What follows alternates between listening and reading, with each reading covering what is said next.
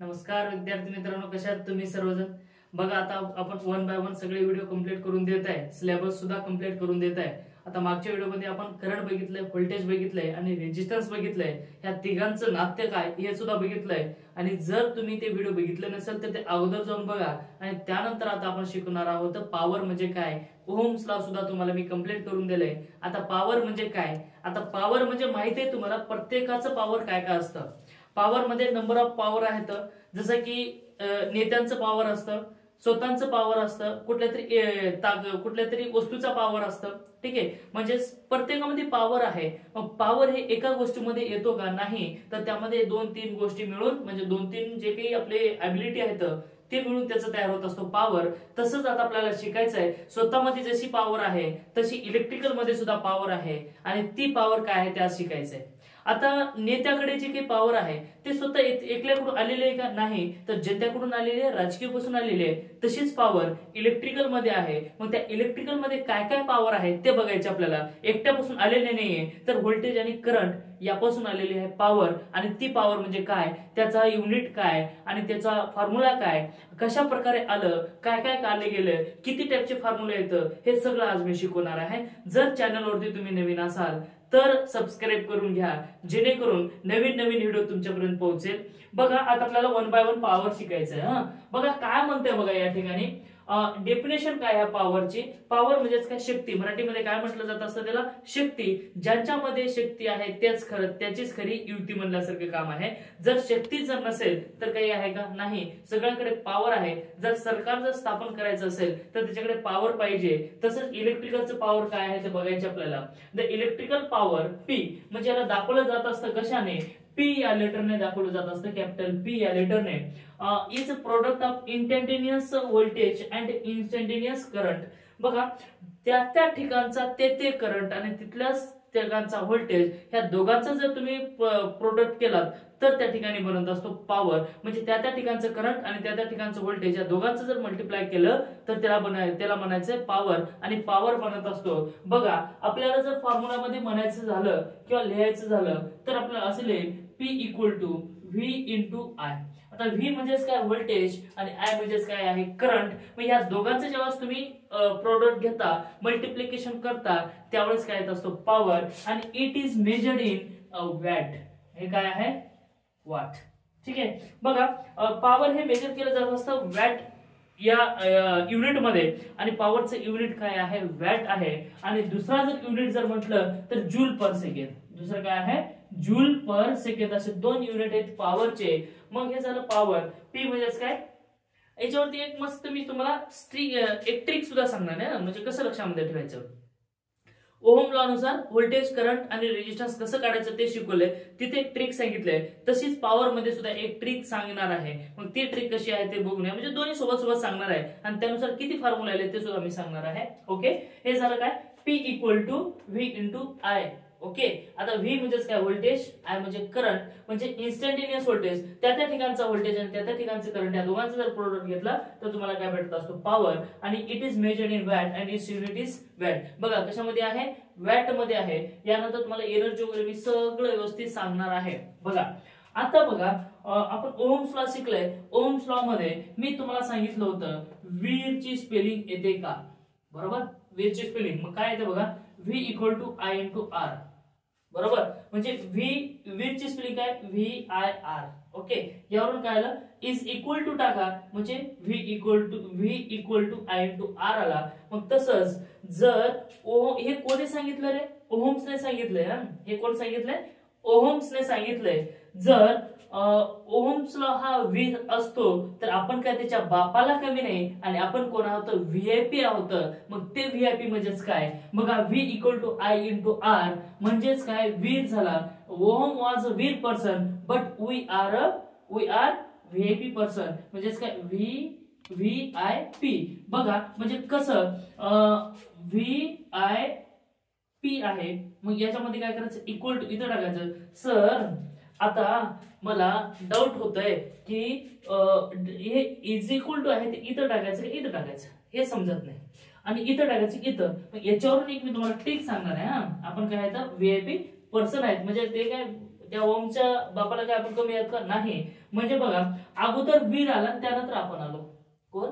अगोदर वीर आला आणि त्यानंतर आपण आलोय. म्हणजे बघा ओहम वॉज अ वीर पर्सन. ओहम वॉज अ वीर पर्सन.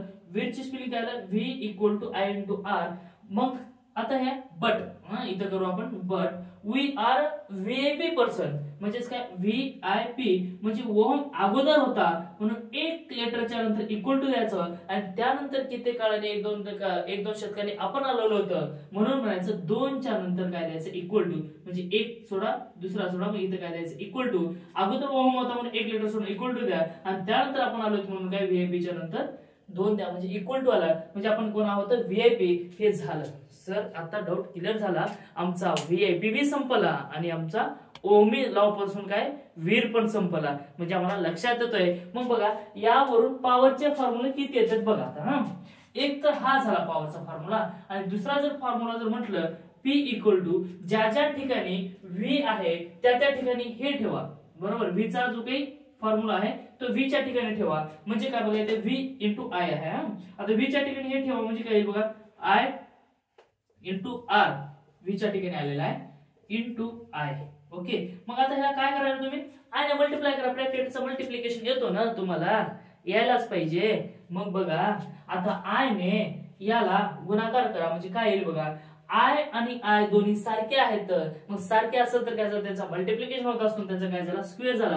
म्हणजे I²R. बरोबर आहे बाबा. P ची व्हॅल्यू आली का? बरोबर. VP एक झाला आणि दुसरा काय झाला आपलं?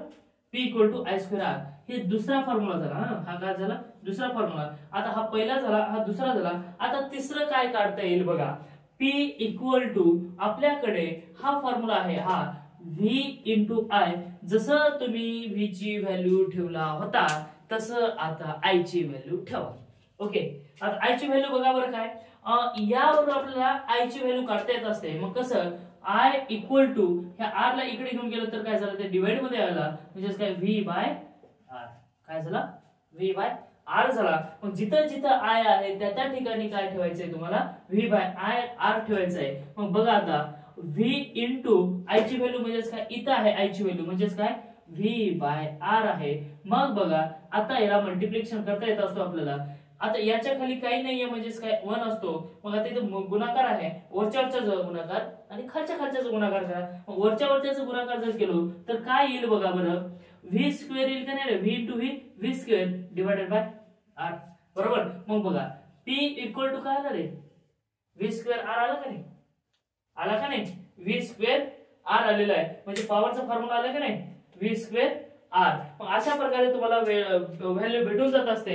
अजून जर तुम्हाला जर दुसरा फॉर्म्युला काढायचा असेल तर एक 3 तर फॉर्म्युले झाले आपल्याकडे. 3 झाले. ओके. कोणते रे? पॉवरचे फॉर्म्युले कोणते? P = V × I म्हणजे वी आर व्हीआयपी पर्सन. यावरून एक फॉर्म्युला आला. त्यानंतर दुसरा फॉर्म्युला काय आला बघा? P = I²R आणि तिसरा आला P = V²/R. असे 3 फॉर्म्युले झाले आपले. मग आता तुम्हाला P ची व्हॅल्यू काढता येते की नाही? कधी तुम्हाला व्होल्टेज देतील, कधी करंट देतील, त्यावेळेस तुम्हाला काय काढता येईल याच्यावरून?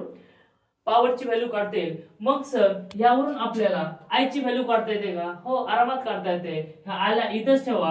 P/V येऊन जात असतो. P/V येऊन जात असतो. मग जर सर आपल्याला R जर काढायचे असेल तर काढता येईल का? काढता येईल. P/I² = R येऊन जात असतो. मग यावर व्होल्टेजची व्हॅल्यू काढता येईल का? हो, काढता येईल. V² ची व्हॅल्यू काढता येईल का? हो. R × जर P जर केलं तर V² येते म्हणजे √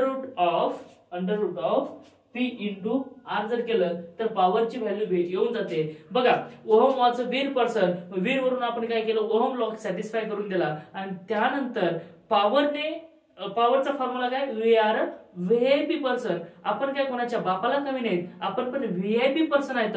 तसंच व्हीआयपी पर्सनने आपण काय केलं? हे इथून काढून दिलं बघा. म्हणजे कुठून काढलं आपण? व्हीआयपी पर्सन इथून काढलंय. We are VIP person. यावरून तुमचे सगळे फॉर्म्युले काय झाले? क्लिअर झाले. जर कुठे डाऊट असेल तर विचारा.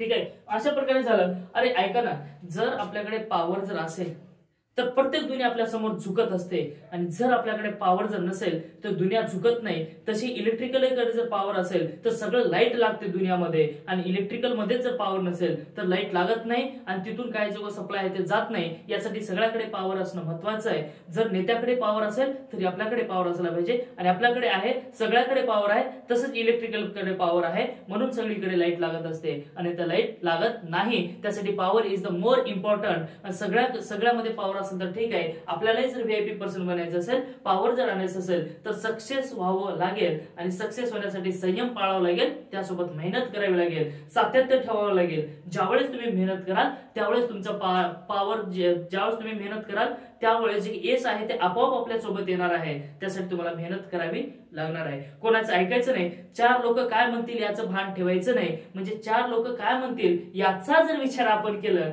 तर त्यांनी काय विचार करतील याचं भान ठेवून तुम्ही विचार करा आणि तुमच्या कामाला तुम्ही लागा. धन्यवाद. जर व्हिडिओ आवडला असेल तर लाईक करा, शेअर करा आणि सबस्क्राईब करायला मात्र विसरू नका. Thank you. Take care. Bye bye. All the best.